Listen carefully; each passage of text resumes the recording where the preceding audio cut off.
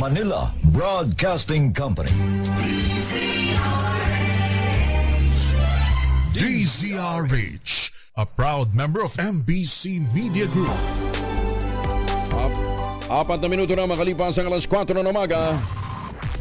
DZRH, magandang umaga Pilipinas sa DZRH Radio, DZRH TV at DZRH Online. Kasama si Kuya Angelo Palmones. Magandang umaga Pilipinas. Hoy, Webes na ho tayo ngayon. Ika-13 ng Marso 2025. Sa ulo ng ating mga balita, dating Pangulong Digong nakarating na sa The Hague, Netherlands. Nagbigay ng mensahe sa mga Pilipino bago bumaba ng eroplano. VP Inday Sara at Congressman Pulong Duterte bumiyahe din pa Netherlands. Senator Bato nagsalita na. Hindi daw siya nagtatago, handang samahan ng dating Pangulong Duterte sa ICC. House leaders siginit na hindi ang dating Pangulo ang biktima kundi ang mga pinatay ng war on drugs. National ID niraraket. Publiko binalaan ng PSA. Dagupan City at 2 pang lugar sa bansa makararanas naman ngayon ng danger level ng heat index. Bagong balita, bagong impormasyon. Kasama si Kuya Angelo Palmones. Magandang umaga, Pilipinas! Kasama natin ang buong radyo natin FM nationwide, ang ating action radio station sa Luzon, Visayas at Mindanao. 91.7 FM radio sa Cebu at 94.3 FM sa Jansan. Sa detalye ng ating mga balita, 3 lugar sa bansa makararanas ng danger level na heat index ngayong Huwebes. Batay sa March 12 Bulletin ng Pag-asa, nasa 45 degrees Celsius ang mararanasang temperatura sa Dagupan City, Pangasinan ngayong araw. Tulad din ang naranasan itong heat index kahapon. Posible namang umabot ng 42 degrees Celsius ang heat index ng Biraca, Tanduanes. Ganyan din sa Cotabato City, Maguindanao. Ang heat index sa pagitan ng 42 hanggang 51 degrees Celsius ay tinuturing na mapanganib sa kalusugan at maaaring magresulta ng heat cramps, heat exhaustion at heat stroke. Sa Metro Manila, inaasahang aabot ng 40 degrees Celsius ang temperatura sa Naiya, Pasay City. 38 degrees Celsius naman sa Science Garden sa Quezon City. Payo po natin sa publiko, lalong-lalo na sa mga mag-outing, magsiswimming. Iwasan ang init ng araw mula alas 10 ng umaga hanggang bago mag-alas 4 ng hapon. Dahil yan daw po pasimula na ng pagpika ng mainit na panahon o temperatura. Nagbabala naman ang Philippine Statistics Authority sa publiko laban sa dumaraming kaso ng National ID Scam.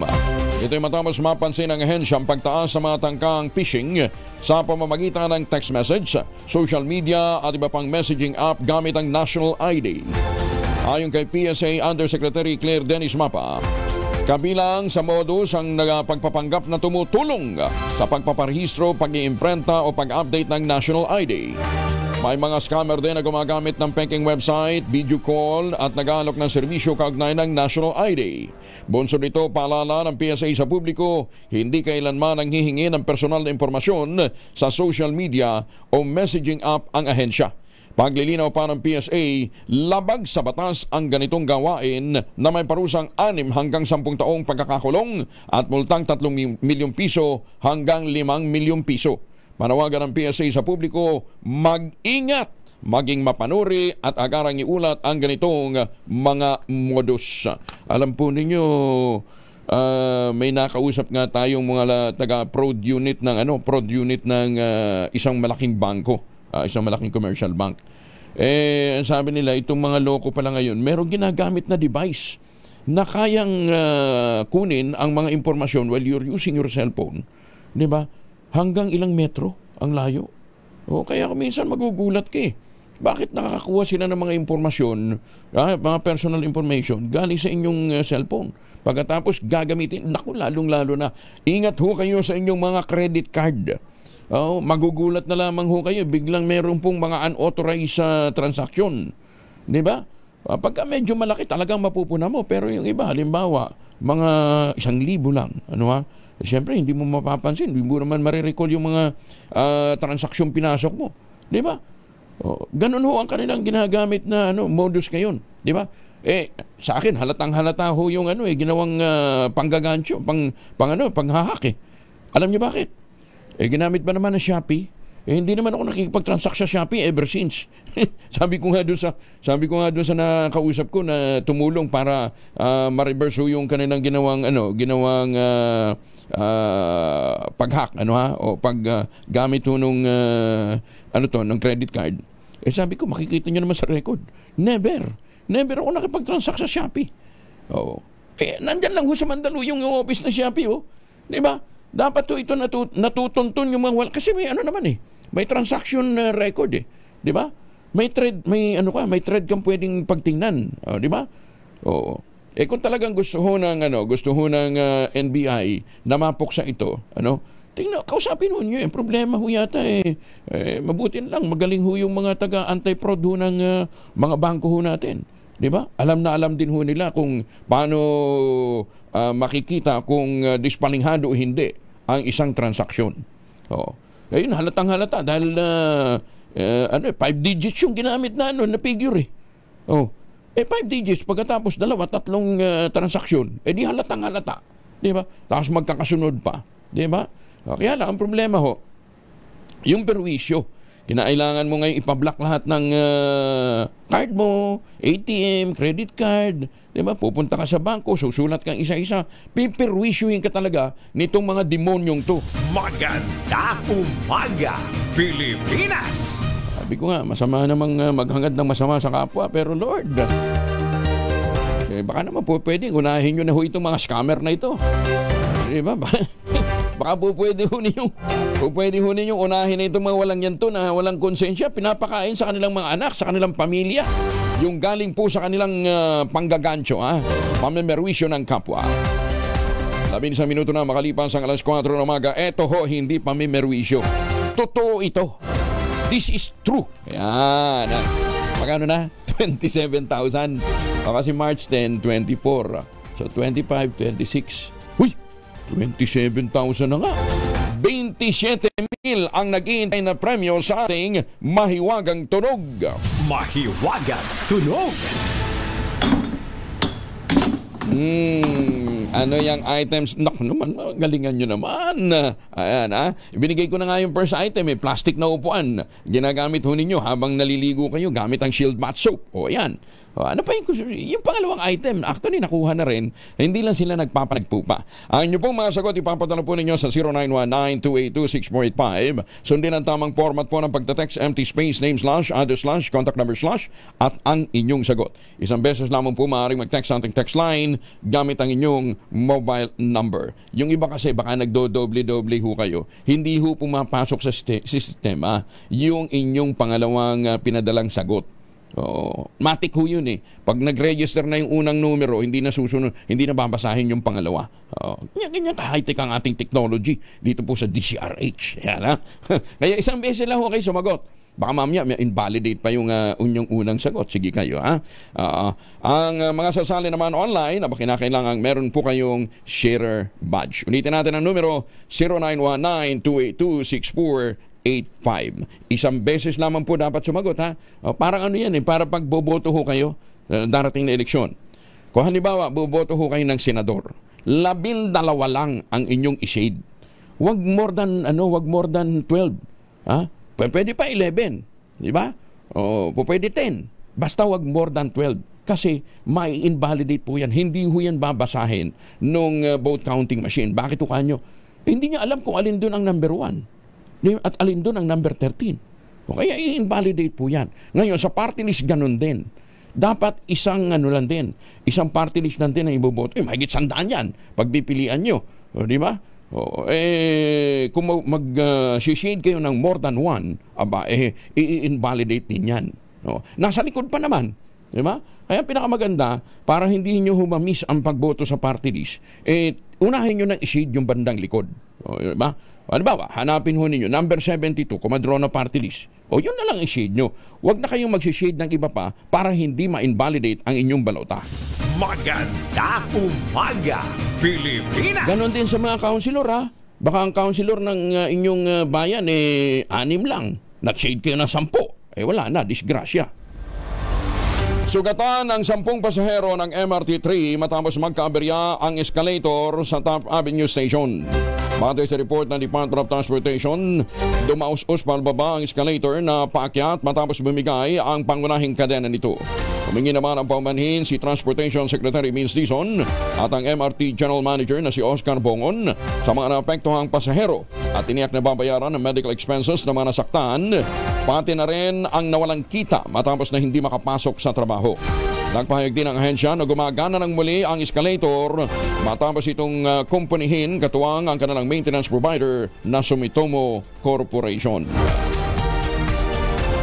Bilis aksyon Nasa kustodiya na ng International Criminal Court si dating Pangulong Rodrigo Duterte. Kasunod dito ng paglabag ng eroplano na kanyang sinakyan sa Rotterdam, The Hague Airport sa The Netherlands kagabi. Ang oras po ay alas 11:53 ng gabi. Inaresto ang dating presidente sa bisa ng warrant of arrest na inisyo ng ICC Pretrial Chamber para sa kasong crimes against humanities na may kinalaman sa war on drugs ng kanyang administrasyon. So 11:53 kagabi nung dumating. Tiniyak naman ang dating Pangulong Rodrigo Duterte o ni Mayor Digong sa sambayan ng Pilipino na sa mabuti siyang kalagayan walang dapat na ipag-alala. Ito ang mensahe nilabas ng dating presidente sa kanyang official Facebook account bago lumapag ang sinasakyang eroplano sa The Netherlands. Sa video, ikinuwento rin ni Mayor Digong na nag-stop over sila sa Dubai at makikitang maayos naman ang kalagayan nito. To my countrymen, just to give you the current situation, I am about to land sa Hague. Galing ako Dubai. Stopover for it's a long haul, it's a long flight. Okay ako. Do not worry. Yan po ang mensahe ng Pangulong Digong. May nga aga sa mga turanda sa Negros, kag sa Tulunan, North Cotabato. Alam ba ninyo na yung private nurse ni Mayor Digong ay taga-Tulunan? Ang pangalan po ng kanyang magaling na private nurse ay si Nene Contayoso. Ayan, si Nene Contayoso ay graduate po ng Tulunan National High School, batch 2006. Tamo nga salamat daw, Ma'am Nene, sa inyong pag-aalaga kay Mayor Digong, sabi ng mga taga-North Cotabato. Inako naman ng dating Pangulong Rodrigo Duterte ang pananagutan sa gyera kontra illegal drugs ng kanyang administrasyon. Sa pinakabagong mensaheng nilabas ng dating presidente sa kanyang Facebook account, ipinabot nito sa mga sundalo at mga pulis ang kanyang pag-ako sa responsibilidad. Ayon sa dating Pangulo, dati pa man ay kanya nang sinabi na magtrabaho lamang ang mga ito at siyang mananagot. Batid ni Mayor Digong na magiging mahaba ang legal proceedings ng kanyang kaso pero patuloy siyang maglilingkod sa bayan. Ako ang managot sa lahat. This will be a long legal proceedings. But I say to you, I will continue to serve the country.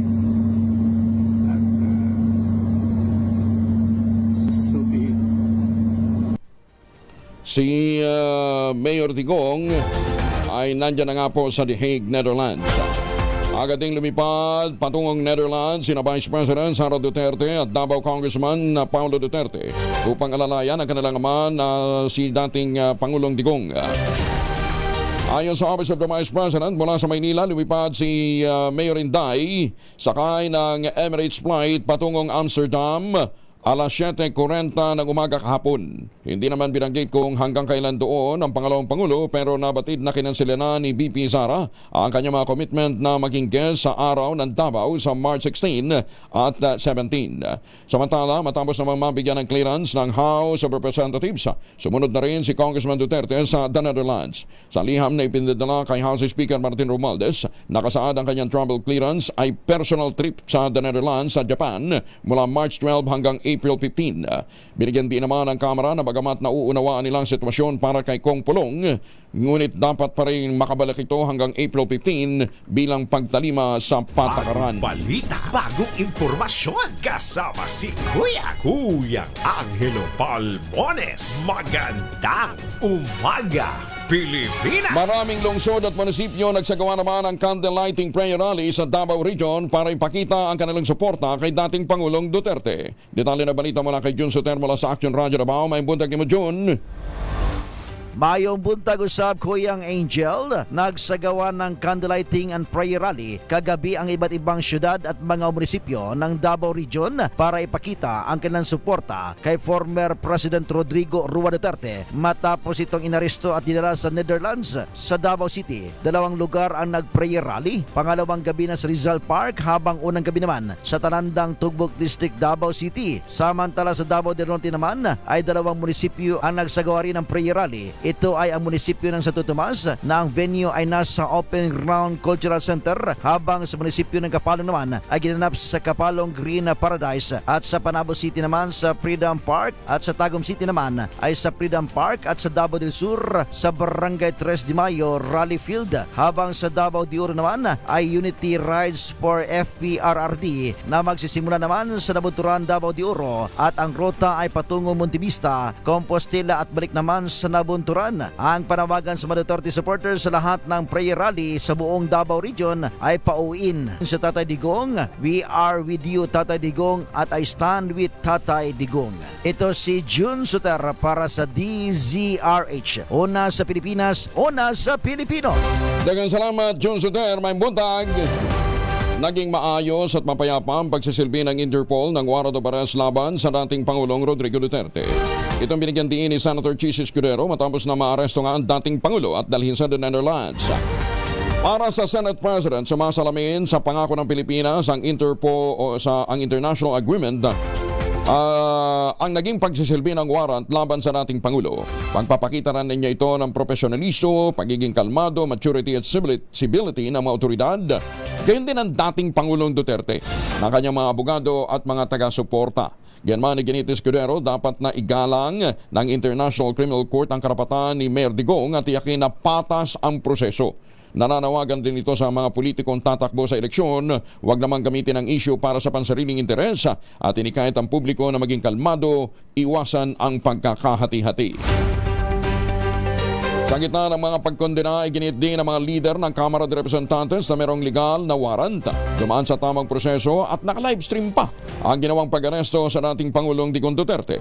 Pinasalungalinga ni House Assistant Majority Leader Judas Idre ang mga report na kinidnap si Duterte, gaya ng nais na panutangin ng kanyang mga supporter. Sinabi pa ni Isidre na may desisyon ang Korte Suprema na nananatiling may obligasyon ng bansa para sa kaso na nasimulan bago pa ang pagtiwalag natin sa ICC. Pinabulaanan din ng House Assistant Majority Leader na si Jill Bungalon ang paratang ng mga supporter ni Mayor Digong at sinabing nananatiling valid ang jurisdiction ng ICC sa Pilipinas kahit pa tumuwilag na tayo sa Rome Statute. Ipinunto rin na ang warrant ng ICC ay inisyu sa pakikipag-ugnay ng Interpol at ng gobyerno ng Pilipinas at may legal na tungkuling ipatupad ito. Teka nga muna, ha? Ito ho yung nilalaman ng Article 56 ng Rome Statute. Ano ho? Base po ito sa ito ho yung gabay na sinusundan po ng International Criminal Court kaugnay po ng pag-aresto ng isang akusado. Ano ha? Anong nasasaad dyan? Ha? Arrest proceedings in the custodial state. Number 1, a state party which has received a request for provisional arrest or for the arrest and surrender shall immediately take step to arrest the person in question in accordance with its law. In accordance with its laws and provisions of Part 9. Ibig sabihin ho, kung natanggap mo yung request na yon o yung atas na yon o request na yon for provisional arrest, agad yung arestuhin. Sinunod naman, di ba? Pagsakay ng pagbaba ng eroplano, sinalubong at inaresto. A person arrested shall be brought promptly before a competent judicial authority in the custodial state. Ano yung custodial state? Yung Pilipinas. Tayo yung nag-aresto In the custodial state, which shall determine in accordance with the law of that state. So, ibig sabihin, dapat yun itinurn over sa isang competent court dito sa Pilipinas at yung competent court na yon ang nag-determine kung tama ba yung pagkaka-aresto. Di ba? Kaya nakita ho ninyo, yung Miranda Doctrine binasa nung nandun na sa Villamor, hindi nung siya inaaresto. Ayan, the warrant applies to that person. B, the person, the person has been arrested in accordance with the proper process. And C, the person's right have been respected. Ayun ho, malino ho yung provision. The person arrested shall have the right to apply to the competent authority kung saan ho siya inaresto. The person shall have the right to apply to the competent authority in the custodial state for interim release pending surrender bago siya i-turn over. Teka muna. Mukhang hindi naman ho yata nasunod yung mga prosesong yun. Kaya, nako, sana naman may nag-advise kay General Torre nung ginagawa ho yung pag-aresto na yan. Anyway, the rest is history. Dahil nandun na ho at hayaan na ho natin, sabi nga ni Attorney Claire Castro, dadalhin pa naman siya, hindi pa naman siya ito-turn over kagad sa ICC. Ito-turn over siya sa isang korte to determine kung tama ba at nasunod ba ang legal processes. Yun. Umaga Pilipinas. Uli sa Eastern Visayas, naka-heightened alert kaugnay ng pag-aresto kay dating Pangulong Digong. Detalye na balita mula kay Jimmy Angay-Angay, RS32, maupay nga agad Jimmy. Naka-heightened alert na ngayon ang Police Regional Office kaugnay sa pagkakaresto ni dati Presidente Rodrigo Duterte. Ito ang sinabi ni Police Regional Office 8 Regional Information Officer Police Major Analisa Armisa. Sa kasalukuyan na wala pa namang movement ang kapulisan sa Eastern Visayas, subalit kung anong kautusan ng PNP headquarters ay tataliman sila sa kautusan. Sa ngayon, wala namang kilos protesta na nangyayari sa Tacloban o saang mang bahagi ng Eastern Visayas, maliban na lang sa mga post sa social media na may pro-Duterte at pro-Marcos. Silang mga kapulisan nagsusunod lang sa sinumpaan sa tungkulin na walang halong politika. Mula dito sa DYVL Action Radio Tacloban, ito si R32 Jimmy Angay-Angay para sa DZRH, una sa Pilipinas, una sa Pilipinas. Daghang salamat, Jimmy. 4:26 ang oras sa buong kapuluan na nanawagan naman sa publiko ang dalawang leader ng Quad Committee ng Kamara. Muling ituon ang pansin sa tunay na issue ang desisyon ng International Criminal Court na ipaaresto ang dating Pangulong Duterte ay dahil sa may kaugnayan nito sa pagpatay na nangyari noong kanyang kampanya laban sa illegal drugs. Ipinunto ni House Assistant Majority Leader si Alonto Jong ng Lanao del Sur at Congressman Judas Idre ng Tingog. Nakasama sa mga kongresistang nag-imbestiga sa mga kaso ng extrajudicial killings may kaugnayan sa kampanya against drugs na hindi lamang ito tungkol kay Mayor Digong, kundi lalo na sa mga biktima ng madugong giyera kontra illegal drugs na hanggang ngayon na hindi pa nakakakamit ng hustisya. Binigyan din ni Adjong at Isidre na bagamat isang mahalagang hakbang tungo sa pananagutan ang pag-aresto kay Mayor Digong, hindi ito dapat na maging dahilan para makalimutan ang pagdurusa ng mga pamilya ng mga biktima. The saddest day in Philippine history. Ganito naman inilarawan ni Senator Bongo ang pagkakaresto sa dating Pangulong Digong bago lumipad patungong The Hague, Netherlands. Hindi maiwasan ni Senator Go na maging emosyonal lalo pangat lagi siyang nasa likod ng dating Pangulo sa mahabang panahon. Para sa kanya pinakamulungkot na araw sa kasaysayan ng bansa ang March 11 nang arestuhin ang dating Pangulo. Sinabi pa ni Senator Go nangangamba siya sa kalusugan ni Mayor Digong na magdiriwang ng kanyang 80th birthday sa March 28, lalo pat malayo ito sa kanyang pamilya. Naniniwala naman ang senador na ang taong bayan pa rin ang maghuhusga sa magandang naidulot ng Duterte administration sa bansa. This is the saddest day in Philippine history. Tuwing nga sa hospital siya kasama ako. Alam ko ang karamdaman niya. Alam ko yan. Baka hindi niya kayanin. Papalayo. Paano yung medisina? Sino mag-aalaga sa kanya? 80 years old? Papadala mo sa napakalayo. Iginit naman ang PDP laban senatorial candidate na si Attorney Jimmy Bondoc na hindi na dapat muling magpakabayani ang dating Pangulong Digong Duterte upang magising lamang ang bayan. Hindi na niya ang dating Pangulong dapat magsakripisyo ngayon, kundi ang sambayan ng Pilipino mismo ang dapat na manindigan ipaglaban ang prinsipyo ng kasarilan at katarungan. Pinikayat ni Attorney Bondoc ang taong bayan na huwag na hiyaang mawala ng saysay ng mga pagsasakripisyong ginawa ni Mayor Duterte sa bansa. Ang pagiging bayani niya hindi kailangang may titulo o posisyon dahil ang pagiging bayani ay ang pagiging mulat, kumilos at na ipagtanggol ang tama kahit na mahirap. Kasabay nito nagpahayag ng suporta si Attorney Bondoc sa pahayag naman ni VP Anday Sara at ng kinainiban nitong Partido Demokratiko Pilipino Lakas ng Bayan laban sa nila ay hindi makatarungan at labag sa soberanyang pag-aresto sa dating Pangulong Duterte. Lumantad na si Senator Ronald Bato de la Rosa matapos naman ng isang araw na pananahimik matapos maisilbi ng Interpol ang warrant of arrest laban sa dating Pangulong Rodrigo Duterte. Pinabulaanan din ni de la Rosa na siya ay nagtago at katunayan niya ay isa siya sa mga naghain ng petisyon sa Korte Suprema upang kwestiyonin ang pag-aresto kay dating Pangulong Digong at humiling ito ng temporary restraining order. Inihain ito ni de la Rosa sa pamamagitan ng kanyang legal counsel na si Attorney Israelito Torion. Nagpahayag din ang senador na handa siyang samahan ang dating Pangulo sa The Hague, Netherlands upang harapin ang kasong crime against humanity sa International Criminal Court. Sinabi naman ng Malacanang na wala pa silang natatanggap na red notice mula sa Interpol para kina dating PNP Chief Oscar Albayalde at De La Rosa na kapwa-akusado din sa mga kasong may kinalaman sa extrajudicial killings sa war on drugs. Iginit ni Attorney Salvador Panelo, dating Chief Presidential Legal Counsel ng dating Pangulong Digong na kailangang mapanagot at magpaliwanag ang gobyerno sa ginawang pag-aresto sa dating presidente. Kasunod dito ng pagdulog ni Panelo sa Korte Suprema kasama ang anak na si Attorney Paulo Panelo Jr. para ihain ang petisyon ng writ of habeas corpus ng anak ng dating Pangulo na si Kitty Duterte. Layo ng kanilang petisyon ay balik ang dating presidente sa Pilipinas na ngayon ay nasa The Netherlands na.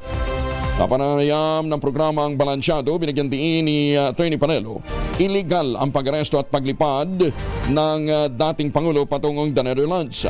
Maituturing din naman ang kidnapping ang nangyari dahil persahan siyang dinala sa eroplano na labag sa kanyang kalooban. Para sa amin, ang ginawa nila kay dating Presidente Duterte ay illegal. Kasi nung bumaba siya, dinampot na lang siya. Walang may pakitang warrant of arrest. Nagpakita lang sila ng soft copy doon sa Villamor Air Base. Nung gabi, habang kumakain siya, kumbaga halos hinila siya yung forcibly taken away from his dinner. Dinala sa aeroplano. Sa akin kidnapping na yon. Pinalaga ng Malacanang ang pagtawag ni BP Sara sa nangyaring pag-aresto ng Interpol kay Mayor Digong bilang state kidnapping. Iginit ang Palace Officer at PCO Undersecretary na si Attorney Claire Castro, hindi maituturing na kidnapping dahil kompleto ang dokumento. May warrant of arrest din ang mga otoridad. Sinabi pa ni Attorney Castro, maaari lamang matawag na pagkidnap ang naturang insidente kung persahan o sa pilitang binitbit ang dating presidente ng walang kaukulang proseso. Ano-ano po ba yung elements ng kidnapping? Ba? Pagkuha ng sapilitan ng walang otoridad. Yan yung pinakasimple. Yan ang pinakasimple para sa taong bayan. Unang-una po, paano po magiging kidnapping? Kung may warrant of arrest. It was issued by an authority, by the court. Maganda umaga, Pilipinas! 32 makalipas ang alas 4 ng umaga. Nagdadalamhati ngayon ang pamilya ng executive ng Rostan Commercial Corporation na si Paulo Tantoco dahil sa pagkasawi nito sa edad ng 44 kabata. Sa ulat pumanaw si Tantoco habang ito ay nasa Amerika. Kasalukuyan nakaburo lang labi nito at isasagawa ang huling labi na ba sa Rico's Cafes Nenas Sanctuary sa Santa Elena, Laguna sa March 17. Patuloy pa rin ang investigasyon sa tunay na sanhi ng pagkamatay ni Paulo Tantoco. Oy mga misi, sa may araw ba si Mr. Pag-uwi galing ng trabaho, abay dalian sa germs sa katawan nila para labanan ang may araw at may pawis, gumamit ng Shield Bath Soap regularly. Unbeatable ang Shield sa paglaban sa germs versus another brand by Shea Butter. Pampalambot ang kutis sa presyong abot kaya 12.50 SRP. Kaya naman recommended ito ng Philippine Nurses Association. Kaya mga misi, sa challenge yung subukan ng Shield Bath Soap. Galit sa sakit, may malasakit, sulit na sulit. At habang naliligo nga kayo, gamit ang Shield Bath Soap pa, hulaan ho ninyo yung ating mahiwagang tunog na nagkakahalaga ngayon ng 27 ba? 27 na? 27,000 pesos. Maganda umaga, Pilipinas! 34 makalipas sa alas 4, aba si Patrick Garcia muling papakasalan ng asawa. Ba, sweet naman. Detalye ng balita mula kay Gorgie Rula. Gorgie, good morning. Ipagdiwang ng mag-asawang Patrick Garcia at Nika Martinez ang kanilang 10th wedding anniversary sa buwang ito. Kasabay ng selebrasyong ito ay magkakaroon sila ng renewal of vows na gaganapin sa Boracay Island sa darating na March 23. Dadalahan ito ng pamilya at malalapit na kaibigan, lalo na itong kay Patrick na talagang nagbabanding sila ngayon ng mga kasamahan niya sa dating programa nilang Tabing Ilog na sina John Lloyd Cruz, Paulo Contis, Kay Abad at iba pa. Hindi lang namin natiyak kung dadalo rin ba sina Jody Santa Maria at Baron Geisler. Sina Patrick at Nika ay nagkaroon ng 3 anak bago nagkaanak itong si Patrick kay Jeneline Mercado. Hindi pa masabi sa amin kung kasama ba sa entourage itong anak ni Patrick kay Jeneline. Ang isa pang maganda sa mga magkakaibigan ito ay madalas silang nagkikita at mukhang may binubuong magandang project sina John Lloyd, Patrick at Paulo. Marami naman daw silang binabalak pero wala pa silang ma-announce sa ngayon. Yan ang sabi sa amin ni Paulo Contis. Gorgie Rula po nag-uulat mula sa showbiz ng DZRH, una sa Pilipinas, una sa Pilipinas. Maraming salamat, Gorgie. Pinasiniya naman ng Philippine Amusement and Gaming Corporation of Pagcor ang kauna-unahang pinontohang Social Civic Center sa Mamburao Occidental, Mindoro. Ang dalawang palapag na gusali ay pinontohan ng 50 million pesos mula sa Pagcor. Pakikinabangan ito ng mga residente ng 15 barangay ng Mamburao at mga kalapit munisipalidad. Ayon kay Mindoro, Occidental Mindoro Governor Eduardo Gadiano at Pagcor Vice President for Corporate Social Responsibility Ramon Stephen Villaflor, malaking may tutulong ng naturang Social Civic Center sa panahon ho ng kalamidad. Pero ayon naman kay Governor Gadiano, hindi lang ho ito panahon ng kalamidad makapakinabangan dahil po pwede rin po ito sa iba't ibang social civic activities, mga programang pang-edukasyon. O pwede pa rin ho silang magparenta nito para naman kumita ng dagdag na revenue ang provincial government at magamit para sa maintenance ng gusali. Ayon naman kay Villaflor, ang nasabing proyekto sa Mamburao ay bahagi ng commitment ng Pagcor para sa kanilang community development at nation building.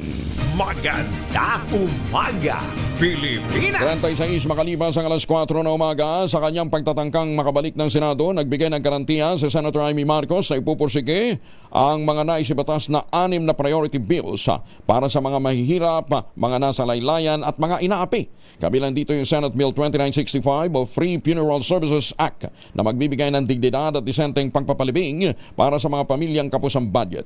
Ganyan din ang Senate Bill 2787, yung Magna Carta for PWDs na ayon sa Senador ay magbibigay ng 500 pesos na buwan ng allowance, tulong na diretso sa bulsa ng PWD, hindi na dadaan pa sa sangkatutak at mahabang proseso. Prioridad ni Senator Marcos ang Senate Bill 1197 o yung Barangay Benefits Act na naglalayong magbigay ng regular na sahod, dagdag na allowance at iba pang mga benepisyo sa mga opisyal ng barangay. Sisiguraduhin din ito na mabilis na uusad sa Kongreso ang panukalang 1,500 minimum wage para sa mga magsasaka bilang pagkilala sa kanilang mahalagang papel sa food security ng bansa sa ilalim ng inihain niyang Senate Bill 2851.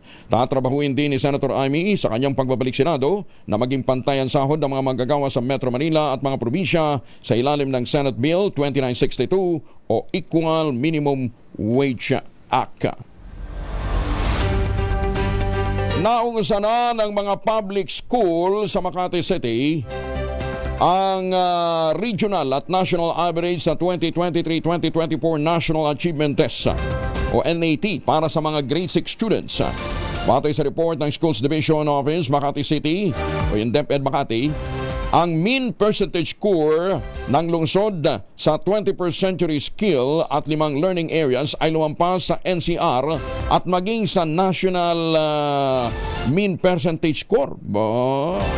Sa overall, ang pinagsamang MPS sa Makati at sa NAT, sa National Achievement Test, ay 68.54. Nahigitan yung 61.02 ng NCR at yung National MPS naman na 57.94. Ayon kay Mayor Abby Binay, natutuwa siya sa kahangahangang performance ng lungsod sa pinakabagong National Achievement Test. Ito'y patunay na lahat ng kanilang pagsisikap na maibigay ang best education sa ating mga kabataan ay na-translate sa mahusay na academic at cognitive skills ng kanilang mga mag-aaral. 39 makalipas ang alas 4 ng umaga, umaapila naman ang Comadrona Party List sa Philippine Health Insurance Corporation na palawakin ang benefit coverage nito upang isama hindi lamang ang pisikal, kundi maging ang mental health condition na maaaring lumala dahil sa matinding init ng panahon. Kasunod dito ng anunsyo ng health insurer na eligible sa benefit package na 12,675 ang miyembro nito at ang kanilang mga dependent na ma-admit sa PhilHealth accredited health facilities dahil sa heat stroke. Aba, meron pala ngayon. Heat exhaustion. Habang 18,135 naman ang para sa kaso ng heat fatigue para sa kanilang confinement. Ayon kay dating Assistant Secretary Cecil Santos, ang Chair Emeritus ng Philippine League of Private and Government Midwives, nominee din ng Comadrona Party List. Kinikilala nila ang inisyatiba ng PhilHealth sa seryosong physical effects dala ng matinding init ng panahon. Pero kailangan din na niyang bigyan pansin ang psychological effects nito, lalong-lalo na sa mga matatanda, bata at mga individual na may pre-existing mental health condition na maaaring mangailangan din ng confinement. Muling binanggit ng kinatawan ng Comadrona Party List sa isang report ng American Psychological Association kung saan nakasaad na posibleng lumala ang depression at pagkamayumutin ng isang tao dahil sa matinding init. Magdudulot din ito ng psychotic episode at lalong gagawing sensitibo sa init ang mga taong umiinom naman ng mga psychiatric medication. Ganun ba yun? Idiniin ni Asek Santos na habang nagpapatuloy ang malalang epekto ng climate change, kailangang makasabay ito sa healthcare o ang healthcare ng Pilipinas bilang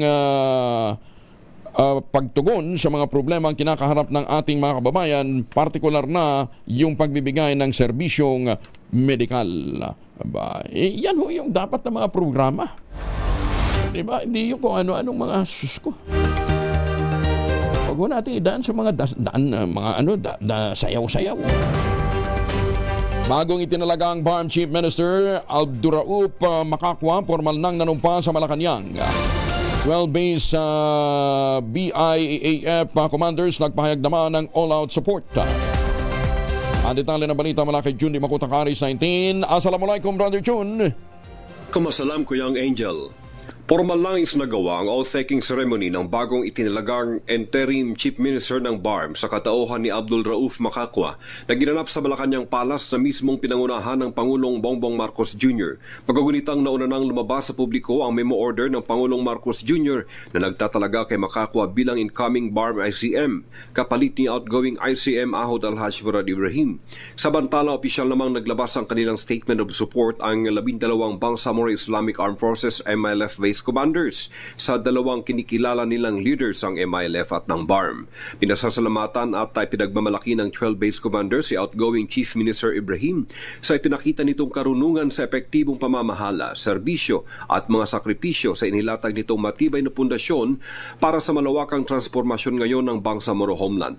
Anila, sa mga karanasan nila sa dalawang leaders, si Chief Minister Makakwa bilang Chief of Staff ng BF MILF at former ICM Ibrahim bilang Amirul Mujahideen Amin, presidente ng UBJP at chairman ng MILF, ay nakasama nila sa mahabang panahon ng struggle. Sila umano ang Moro leaders na nauunawaan ng mga sakripisyo at pangarap ng Bangsamoro people. Lubos ang tiwala ng lahat sa bagong pamunuan ni ICM Makakwa sa BARM. Inasahan nilang magpapatuloy sa pag-usad ang mithiin ng Bangsamoro na may lakas ang pagkakaisa at dignidad.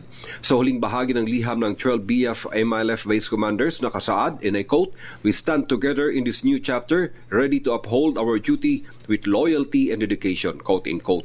May mga lagda ni Yasser M. Abdul Kadir ng 128 Base Command, Badruddin A. Ibrahim Inner Guard Base Command, Jurin S. Kasim Field Guard Base Command, H. Abdullah K. Pagimanan 109 Base Command, Wahid P. Tundok 118 Base Command, Nayang M. Timan 129 Base Command, H. Bayan P. Abbas 108 Base Command, Abdulaziz A. Antaw 106 Base Command, Abdul Qudus P. Balitok General Headquarters Base Command, Al-Karim K. Mamintal 110 Base Command, Kashmir A. Muhammad 104 Base Command, at Muhyiddin M. Usman 105 Base Command. Mula sa Central Mindanao, RH19, June Dimakutak, DZRH, una sa Pilipinas, una sa Pilipino.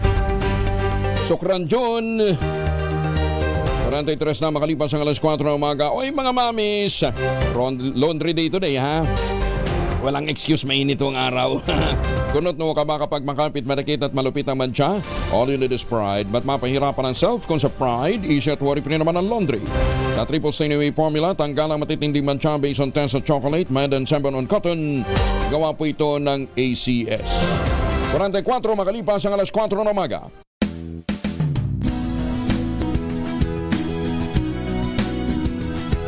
Tambalang Anthony Taberna at Jerry Baha ang gigising sa inyong umaga dahil lalatay ang humahagupit na diskusyon at komentaryo Lunes hanggang Biyernes sa 2x2.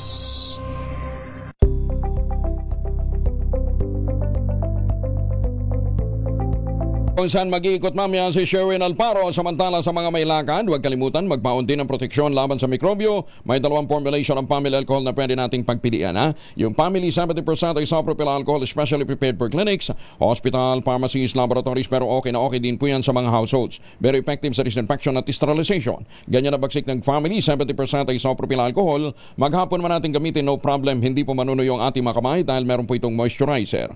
Yun namang mabangong family rubbing compound improved alcohol.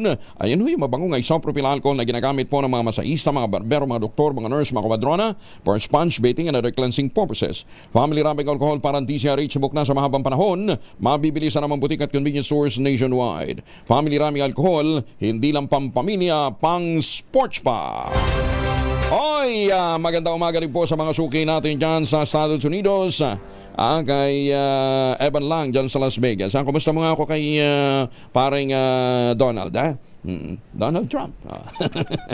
Hindi niya lang alam na magkumpare kami dati sa kumpil ni Ray Taladro. Ayan, nung nagpatuli uli si Ray. Ay, at saka sa Midnight Singers natin, magandang umaga po sa mga Midnight Singers natin dyan sa San Diego, California, si Junior Bao, si Tito Lloyd, si Tita Cora, si Sir Manny, si Ma'am Linda, at saka si Boss Art. Good morning po sa inyo. Ingat-ingat po kayo, at kung ano man po ang transaksyong papasukin ho ninyo ngayong araw na ito, ingat-ingat din po kayo. Basta gandaan ho ninyo ang practice para sa inyong roadshow. Malay ho ninyo bukas makalawa, pumunta din ho kayo ng The Hague, mag-perform para kay Mayor Digong sa kanyang birthday. Maganda umaga, Pilipinas! Live-in partner, naaresto naman sa drug bypass operation sa Orion, Bataan. Detalye ng balita mula kay Danny Kumilang, RH37. Danny, good morning.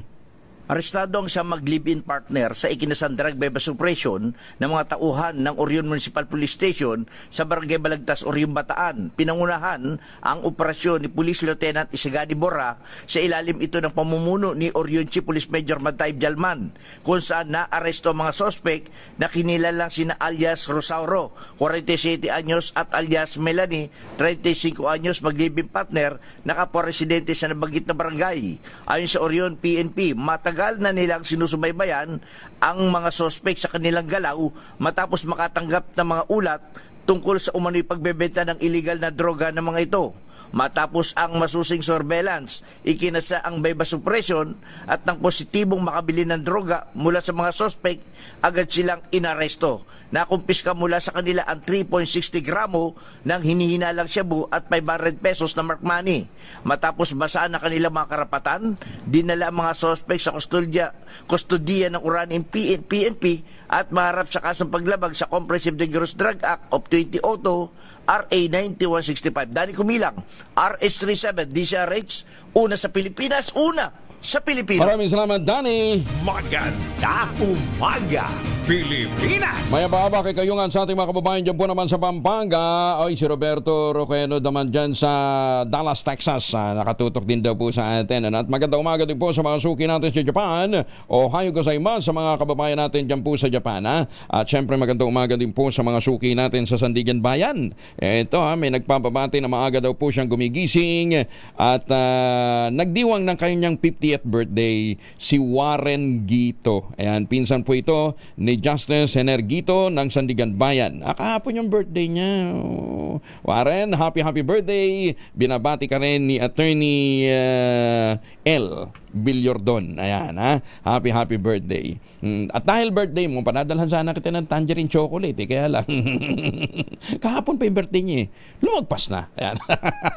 Ano nga ba ang tangerine chocolate? Ito po yung produkto ng mga magnaniyog, ng mga magsasaka dyan po sa lalawigan ng Quezon. Sa tulong po ni Dr. Helen Tanyo po mga planting material ng kakao galing Davao, hinakot po ito para maitanim sa ilalim po ng mga nyugan. Kaya ngayon nagpo-produce po ang ating mga magsasaka, ang ating mga magnaniyog ng tangerine chocolate. Yan po ang brand ng kanilang tsokolate. Available sa 0919-095-5935. May mahigit 10 variants po ang tangerine chocolate na pwede po ninyong i-check sa tangerinechocolate.ph. Ang mga raw material niyan ay galing din po sa ani ng mga magsasaka. Sabi nga po ni Dr. Helen Tan, bawat ang kilik ko natin ang tangerine chocolate, tinutulungan natin ang ating mga magsasaka, tinutulungan natin ang ating lokal na ekonomiya. Available yan sa 0919-095-5935 o dili kaya sa tangerinechocolate.ph. Sabi po ni Dr. Helen Tan, ito'y kanyang talagang ipinagmamalaki dahil bagamat ito'y gawang lokal, it tastes and looks global dahil tinulungan ng DOST at ng DTI. Tangerine Chocolate, 100% gawang atin. Maganda umaga, Pilipinas! May buntag sa mating paminaw nato diyan sa Iloilo, halong kamudra. Pinagmamalaki nila ng kanilang isang kababayan, ang nurse ngayon, private nurse ni Digong, nakasama dyan po sa Deheg. 44 anyos na butcher naman na street-level individual huli sa drug bypass operation sa Urdaneta City. Detalye na balita mula kay Freddy Pajardo, RS38. Masantos siya kabasan ni Chikamin sa ating mga kababayan sa Pangasinan, Freddy. Masantos sa kabuwasan Kuyang Angel. Timbog sa bypass operation ng PNP alas 6 ng umaga sa barangay Kamanang sa siyudad ng Urdaneta. Ang suspect na kininalang si Roger Oliveros alias Bok, street level individual, 44 anyos, may live-in partner, matansiro at residente ng nasabing lugar. Sa ulat ni Chief of Police Lieutenant Colonel Romil Bagsik, gamit ng kanyang mga tauhan sa Drug Enforcement Unit ang mark money at isa sa kanila ang nagkunyaring buyer at binentahan ng suspect ng isang plastic social na naglalaman ng hinihinalang shabu na may timbang na humigit kumulang 1 gramo at may street drug price na 6,800 pesos. At nang magkaabutan na ng pera at droga, agad inaresto ang suspect at nasamsam dito ang mark money ginamit sa operasyon. Kasong paglabag sa Republic Act 9165 o the Comprehensive Dangerous Drug Act of 2002 ang kinakaharap ngayon ng suspect na nasa custodial facility ng Urdaneta City Police Station. Ito si Freddy Pajardo, RS38, tag-uulat para sa DCRH, una sa Pilipinas, una sa Pilipino. Maraming salamat, Freddy. 4:51 ang oras sa buong Kapuluan. Oras na tayo po naman ay mag-ultabayo. Pero sabi nga ho naman dalubhasa, isang kapsula, 2 kapsula, 1 oras bago matulog. Yan po ma-achieve natin yung mga benefits talaga ng Ultabayo. Ano bang Ultabayo? Ang Ultabayo po ay postbiotic with Lactococcus lactis strain plasma. Dumaan po ito sa mahabang clinical trial sa Japan. Hindi po kwenteng kwetsero, hindi testimonial, kundi human clinical trial. Ang bawat kapsula ng Ultabayo ay nagtataglay ng 50 billion cells ng Lactococcus lactis strain plasma. Kaya naman, napaka-potent po nito na pagpasok po sa ating sistema, sa ating katawan, ina-activate po nito yung PDC, yung plasmacytoid dendritic cell. Yan po yung tinatawag na commander ng ating immune system. At yan po ang nagtataboy ng mga toksin sa ating katawan habang tayo po ay natutulog. Kaya nalalabanan natin ang puyat, pagod at stress. Pinalalakas po nito ang ating immunity. Kung meron pa ho kayong mga concerns, mag-text lamang ho kayo sa 0917-110-6580. Ang Ultamayo po ang kauna-unahang postbiotic food supplement rehistrado sa Food and Drug Administration, halal certified. Pero wag ho natin kalimutan, ang Ultamayo po ay hindi gamot at hindi dapat gamiting panggamot sa anumang uri ng sakit. Magandang umaga, Pilipinas! Alam ba ninyo na record high ang foot traffic o bilang mga taong nagtutungo sa SM Supermall nitong nakarang taon, umabot ito ng 5.2 milyon. Sa record ng SM Prime Holdings, mas mataas ito ng 6% kumpara sa 4.9 milyon noong 2023. Para naman kay SM Supermall President Steven Tan, sumasalamin ang datos sa tiwala sa kanila at loyalty ng mga shoppers, magandang partnership sa kanilang mga tenants at tanda ng gumagandang ekonomiya. Sa katunayan, noong nanyang 2024, nasa 22,579 ang kanilang mga tenant stores. 70% ng mga ito ay binubuo ng micro, small and medium enterprises. Dahilan kaya't ang SM ang tinaguriang pinakamalaking marketplace para sa mga MSMEs ng buong Pilipinas. O nga naman, kasi pagka ikaw nakapag-display na ho sa SM, iba nang dating mo eh. Yung pamangkin ko na dati ho yung Saki Sweet Treats, na dati ho bila-bilao lang sa mga kapitbahay ang pagbebenta ng ano tawag dito? Basta yung kanilang produkto. Aba, nung magkaroon ng FDA clearance, ando na, nasa SM Mall na rin. Senator Bato de la Rosa, nakahanda naman na samahan nga ang dating Pangulong Digong sa The Netherlands. Detalye ng balita mula kay Raymond Ledpa sa RH28. Raymond, good morning. Hindi ako nagtatago at hindi ko iniwan si dating Pangulong Rodrigo Duterte. Ito ang binigyang din ni Senator Ronald Bato de la Rosa nang nakapanayam ng Senate media sa telepono. Ayon kay De La Rosa, kasama siya dapat sa grupo na nagampanya sa Hong Kong noong araw ng Linggo, kasama si dating Pangulong Rodrigo Duterte. Ngunit nakatanggap ito ng impormasyon na may warrant of arrest na sila mula sa International Criminal Court o ICC, kaya't hindi siya tumuloy sa Hong Kong. Nagpaiwan na ito para asikasuhin ang petition for certiorari na inihain sa Korte Suprema noong araw ng Lunes sa pag-asang makakuha sila ng Temporary Restraining Order o TRO na hindi ibinigay. Ito ang dahilan kung kaya't nagpatay ito ng cellphone para hindi maabala at hindi nito iniwan ang dating Pangulo kung hindi man siya nakita sa airport dahil inaasikaso nila ang petition sa Korte. Inamin ni De La Rosa na lungkot siya sa nangyari kay dating Pangulong Duterte. Sa ngayon ay nakahanda na umano siyang isuko ang kanyang sarili at hindi siya magtatago sakali at may warrant of arrest na siya galing sa ICC. Gugustuhin na niyang magtungo sa The Netherlands para maalagaan ang dating Pangulo. Kahapon ay sarado ang kanyang opisina sa Senado maliban sa kanyang extension office na tinauhan ng 5 staff na tumatanggap ng lahat ng transaksyon. Ito si RH28, Raymond Advaz para sa DZRH, una sa Pilipinas, una sa Pilipino. Daghang salamat, Raymond. Ang mga ebidensyang gagamitin sa International Criminal Court kaugnay ng extrajudicial killing sa war on drugs campaign ay maaari ring magamit sa impeachment trial ni Vice President Sara Duterte ayon sa isang miyembro ng House Prosecution Panel. Sinabi ni House Assistant Majority Leader Jill Bungalon, bukas ang prosekusyon sa paggamit ng mga bagong ebidensya mula sa ICC kung ito'y magpapalakas naman sa impeachment case. Binanggit niya na bagamat naisampa na sa Senado ang articles of impeachment at kasama rito ang maraming ebidensya, maaari pa rin namang isaalang-alang ang bagong testimonial evidence at mga karagdagang saksi. Yan man, binigyan din ni Bungalon na ang namang bagong ebidensya ay dapat munang pag-aralan at pag-usapan ng mga pampubliko at pribadong prosecutor na humahawak sa kaso. Matapos naman ang pag-aresto kay dating Pangulong Digong at inaasahang paglilitis sa kanya sa International Criminal Court, nananawagan ang mga lider ng Kamara de Representantes. Ito ang atensyon sa libu-libong biktima ng extrajudicial killing sa madugong kampanya laban sa illegal drugs. Binigyan din ni House Assistant Majority Leader Judah Sidre ng Tingog Party List. Ang kaso sa ICC ay tungkol sa hustisya para sa mga biktima at hindi tungkol sa pag-uusig kay Mayor Digong. Binalikan niya ang mga pangalan ng mga batang biktima ng EJK Kabilang dito sina Kian de los Santos, 17 anyos mula sa Caloocan, Carlo Angelo Arnaiz, 19 anyos, estudyante naman ng UP, Renato Colot de Guzman, 14 anyos mula sa Nueva Ecija. Lahat ng mga ito ay nadali ng madugong gera kontra illegal drugs. Nabigo naman ang kampo ng dating Pangulong Digong Duterte na agarang makakuha ng Temporary Restraining Order o TRO mula sa Korte Suprema upang mapigilan ang pag-aresto kay Mayor Digong at nagtungo na nga ito ng the Netherlands. Ayon kay Supreme Court spokesperson Camille Ting, matapos ang virtual deliberation sa 74 na pahinang petisyon, nabiguan niya ang petitioner na mag-establish ng malinaw at unmistakable right para sa agarang pagpapalabas ng TRO. Ganyan inatasan pa rin ang Korte Suprema ang ma-respondent sa petisyon, magsumite ng komento sa naturang petisyon with prayer for TRO o writ of preliminary injunction sa loob ng 10 araw mula nang matanggap ang naturang kautusan. 58 minutos na makalipas ang alas 4 ng umaga.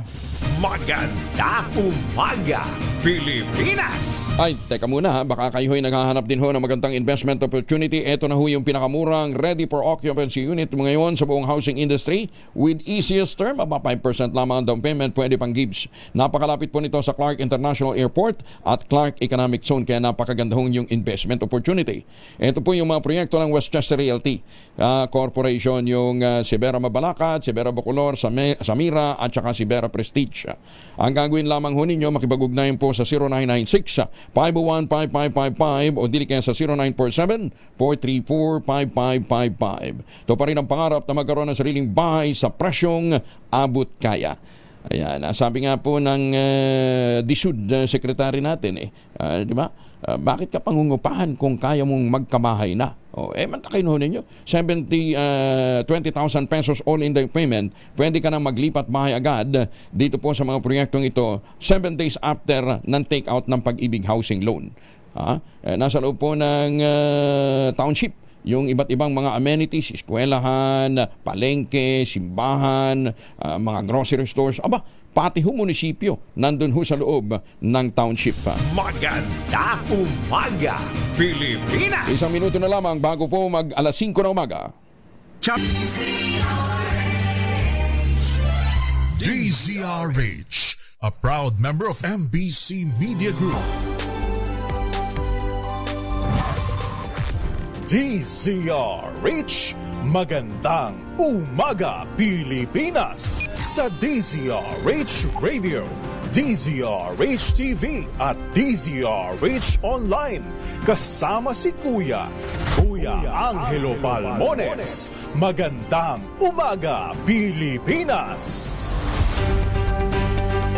Nasa ikalawang bahagi na ho tayo ng ating pong episode ngayong umaga. At resyo tayo ng Marso 2025. Ngayon po ay Huwebes.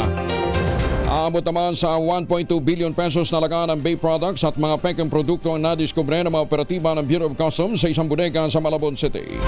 Kabilang sa mga ito ang disposable vape brands, mga sapatos, luxury bags, mga cosmetic products nakaimbak sa warehouse sa Barangay Tanyong. Ayon kay Customs Commissioner Benvenido Rubio, ibibenta mga nasabing pekeng produkto bilang branded items nang hindi dumadaan sa kulang pagsusuri at wala ring lisensya. Dahil dito isinara na ng BOC ang bodega at binigyan ng 15 araw ang may-ari at mga operator nito upang magpresenta ng mga dokumentong magpapatunay na nagbayad din sila ng buwis at lehitimo ang kanilang mga produkto. Sakaling walang maisumiteng dokumento, mahaharap ang mga ito sa kasong paglamag sa Customs Modernization and Tariff Act at paglamag sa Intellectual Property Code of the Philippines. Paalala naman ni Rubio sa publiko maging maingat sa pagbili ng mga peking produktong posibleng may banta din sa kalusugan. Alamin natin ang magiging lagyan ng panahon sa mga susunod na sandali mula kay Rhea Torres mula sa Pag-asa. Ma'am Rhea, good morning. Good morning po. Good morning sa ating mga taga-subaybay sa magiging lagay po ng panahon natin. Ngayong araw, currently wala naman po tayong binabantayan na LPA o bagyo sa loob at labas ng ating air responsibility at wala din po tayong naasahan na makaka-apekto po sa ating bansa sa susunod na mga araw. Pero sa ngayon po, patuloy pa rin ang epekto ng easterlies at dahil po dito, maaaring maranasan pa rin po yung mga pag-ulan sa bahagi po ng Eastern Visayas. Meanwhile, for Metro Manila, pati na lang po sa nalalabing bahagi ng ating bansa, ay asahan pa rin po natin magpapatuloy ang generally fair weather conditions, liban na lamang yung mga biglaan o mga panandaliang pagbuhos ng ulan dulot po ng mga thunderstorms na mas madalas pong nararanasan sa hapon o sa gabi. Wala din po tayong gale warning o babala sa matataas na mga pag-alon, kaya malaya pa rin po mga kapalaot ang ating mga kababayan. At ayon po sa ating latest forecast for heat index, for Metro Manila po ay inaasahan na aabot ng 38 hanggang 40 degrees Celsius ang heat index, at para naman po sa buong bansa ay maaring maranasan ng pinakamataas na heat index sa Dagupan City, Pangasinan, na maaring umabot po ng 45 degrees Celsius. Yan ang mapalitas mula dito sa Pag-asa Weather Forecasting Center. Rhea Torres po, magandang umaga. Ma'am Rhea, paano bukas hanggang weekend? Kumusta ang init ng panahon? For now po, dahil wala naman po tayong ina-expect na weather system na magdudulot po ng malawakang mga pag-ulan, most likely pa-persist po yung ganitong panahon sa darating po na weekend. Yes. Mainit. Yes po, yes po. Naku, wala kaming excuse para hindi maglaba. Maglaba na po. Medyo maganda po kasi mahangin naman po. Mahangin, oo. Yes po. Tagaytay, anong magiging weather natin for the weekend? For Tagaytay area naman po, ganun din, mainit pa rin po yung panahon, especially pag tanghali, at may mga possibility lamang po ng mga thunderstorms. So as much as possible, i-monitor lamang po natin yung mga thunderstorm advisory kung meron man. And yun po, magbaon pa rin po tayo ng payong. Bagyo? Ganun din po, yes po. Dito sa may bandang yung mga surfing area natin, Aurora, saan pa ba? La Union. For ganun din? Yes po, since easterlies po kasi siya, for the eastern sections po ng bansa, medyo mas mataas lang yung possibility na mas magiging frequent, kumbaga po, yung mga thunderstorms, yung mga biglaang pagbuhos ng ulan. So minsan uulan, tapos minsan mawawala po, uulan ulit, mawawala. So most likely ganun po yung magiging pattern. Usually nagsisimula po yan pagdating po ng tanghali. Okay. Ma'am Rhea, thank you ha. Maraming salamat. Magandang umaga. Maraming salamat din po. Good morning po. Si Ma'am Rhea Torres mula po sa Pag-asa. May buntag sa matik paminaw nato diyan sa Davao de Oro. Magandang umaga din po sa mga suki natin dyan sa Union Township, New Jersey, USA. Tsaka dito sa mga suki natin sa... Meron pa nagtatanong kanina. Ayon, Las Vegas, Nevada. Nabanggit na natin kanina yan ha. Umaga Pilipinas. Baka ho kayo may mga importanteng lakad, huwag kalimutan magbaon ng proteksyon laban po sa mikrobyo. May dalawang formulation ng family alcohol na pwede nating pagpilian. Yung family 70% isopropyl alcohol, especially prepared for clinics, hospital, pharmacies, laboratories, pero okay na okay din po sa mga households. Very effective po yan sa disinfection at sterilization. Ganyan na bagsik ng family 70% isopropyl alcohol. Maghapon man natin gamitin, no problem, hindi po manunyo yung ating makamay dahil meron po itong moisturizer. Yun namang mabangong family wrapping compounding proval cologne. Yan po yung mabangong isopropyl alcohol na ginagamit po ng mga masahista, mga berbero, mga doktor, mga nurse, mga komadrona for sponge bathing and other cleansing purposes. Family wrapping alcohol parang di siya reachable na sa mahabang panahon. Mabibili sa mga butik at convenience stores nationwide. Family wrapping alcohol hindi lang pampamilya, pang sports pa. Maganda umaga Pilipinas. Si Attorney Romy Mac, alam ho ninyo, bukod ho sa pagiging magaling na election lawyer, ito po ay kampiyon ho ng mga senior citizen, ano ha? Nung kanyang mga kabatch, ano ha? Meron ho mga nagmumungkahi, bakit daw pinahihirapan pa natin ang mga senior citizen sa pagbabayad ng kanilang amilyar? Okay lang daw sana kung big time na negosyante. Halimbawa, yung isang senior naiwang tagapag-alaga ng kanyang property na ipundar sa matagal na panahon. Ala naman siyang kinikita ng extra. Ang liit-liit ng kanyang pensyon. Pagkatapos, taas ng taas yung amilyar. Sabi nila, may paraan daw ba na ma-exempt ito? Attorney Romy Mac, magandang umaga po sa inyo. Magandang umaga sa iyo, at sa iyong tagapanood, tagapakinig. Opo, valid ho yung observation na yun kasi meron ho kaming nakakasabay kuminsan na nagbabayad ng amilyar. Mangiyak-iyak yung mga senior citizens, sabi nila, mag-i-increase na naman kayo 100%. Saan naman kami kukuha niyan?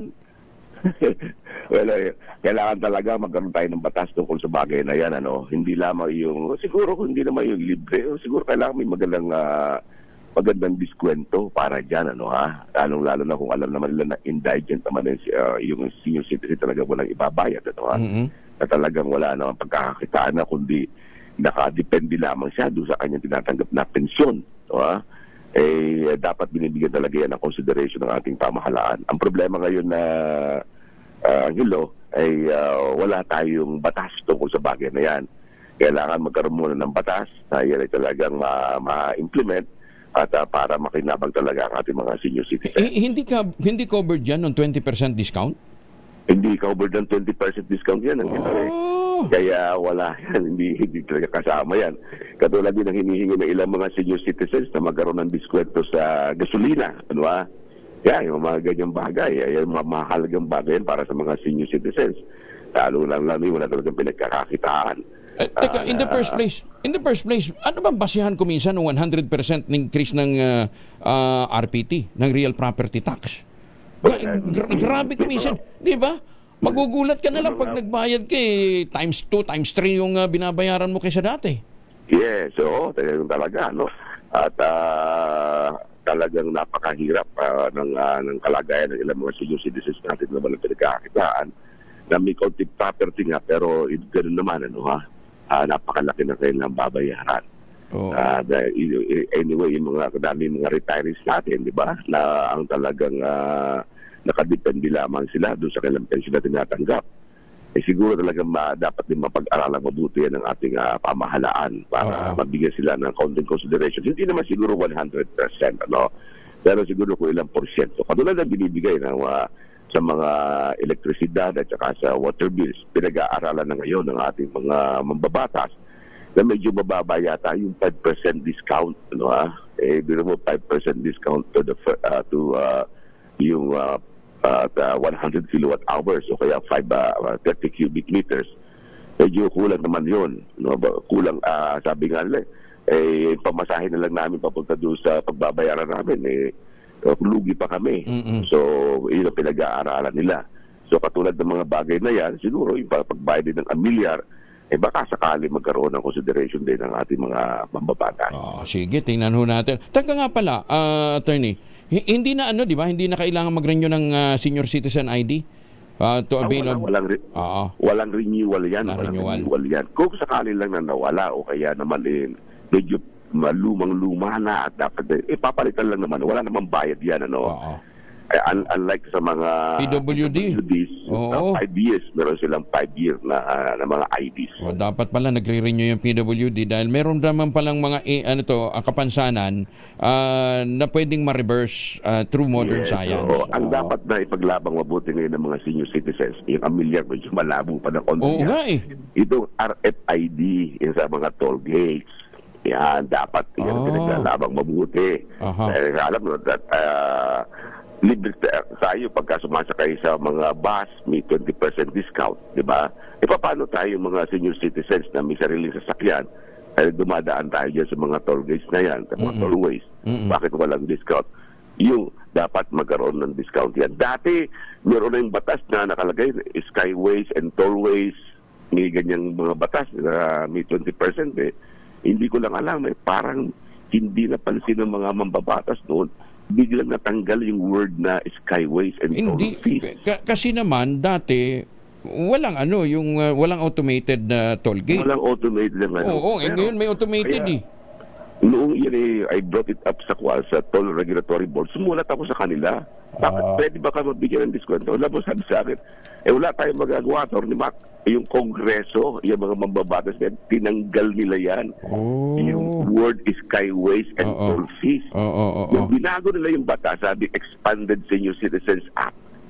Hindi naman hindi naman expanded. Dinilit nila yung word na yun, yung the word is skyways and toll fees. Sabi ng PRB, yan na to din makakatibayan. And even DOJ rendered an opinion that the deletion of the words skyways or tollways is an indication that it was not the intention of the legislators to give the discount sa senior citizens.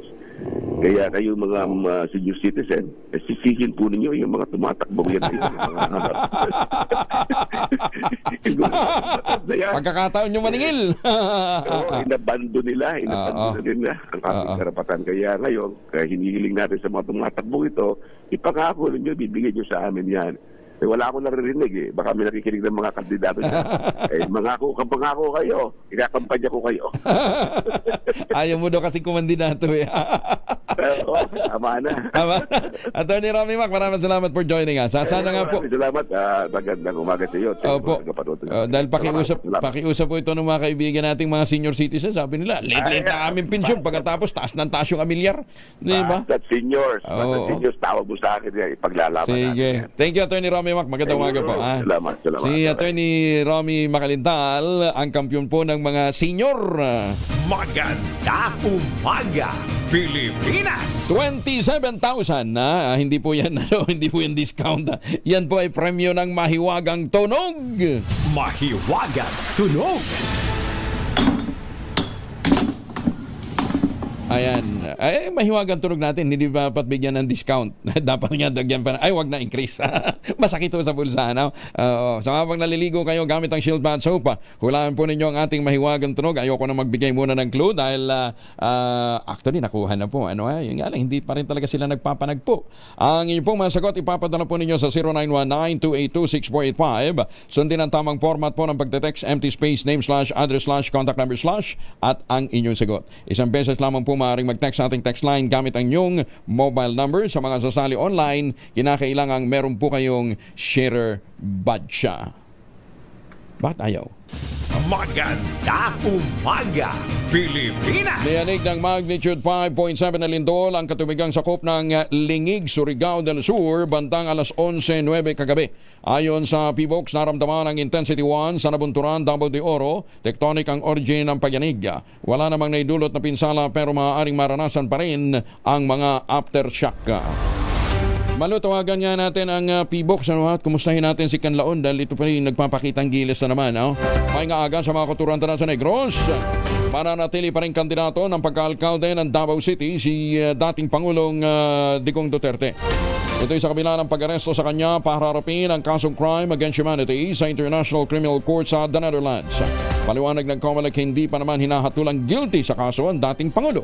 So dito wala rin naman niyan dahilan para alisin siya sa pagiging kandidato, maliban na lamang kung siya'y magwi-withdraw o may maghahain ng diskwalifikasyon na diringgin din naman ng poll body. Naharap naman sa panibagong kaso ng 3-count ng falsification of public documents si dismissed Bamban Tarlac Mayor Alice Guo o Gu Huaping. Ito'y matapos sampahan si Guo ng National Bureau of Investigation at Presidential Anti-Organized Crime Commission o PAOC sa Department of Justice. Ayon kay NBI spokesperson Ferdinand Labin, kaugnay ito ng pagbili ng 3 lupa ni Guo gamit umano ang kanyang peking pangalan. Maliban kay Guo, kinasuhan din ang Labin opisyal at mga empleyado ng PAGCOR kabilang ang isang abogado na nahaharap sa kasong human trafficking dahil sa partisipasyon sa ni-raid na Pogo Hub sa Baupo Compound sa Bamban. Samantala, nakipag-ugnayan na rin ang NBI sa Civil Service Commission para kasuhan ng administratibo ang ilang empleyado. Partikular na rito ang gross misconduct, serious dishonesty at conduct prejudicial to the best interest of the service. 15 minuto na makalipas ang alas 5 na umaga. Oras na para tayo po naman ay mag-ultabayo. Pero sabi nga ho ng mga dalubhasa, 1 oras bago matulog, 2 kapsula para ma-achieve natin ng husto ang benefits po ng ultabayo. Ano nga bang ultabayo? Ultabayo po ay postbiotic with Lactococcus lactis rein plasma. Dumaan po ito sa mahabang clinical trial dyan po sa Japan. Hindi po testimonial, hindi kwentang kutsero, kundi human clinical trial. Ang bawat kapsula ng ultabayo ay nagtataglay po ng 50 billion cells ng Lactococcus lactis rein plasma. Kaya't napaka-potent po nito na i-activate yung PDC o plasmacytoid dendritic cell. Yan yung tinatawag ng madalubhasa na commander ng ating immune system na siyang nagtataboy ng mga toxins habang tayo po ay natutulog. Natutulungan tayo ma-achieve ang magandang tulog kaya't nalalabanan ang puyat, pagod at stress. Ang ultabayo po ay rehistrado sa Food and Drug Administration bilang kauna-unahang postbiotic food supplement. Ito po ay halal certified at available sa Mercury Drug, Amesco Drug, Pasmed Pharmacy, John's Pharmacy at Curamed.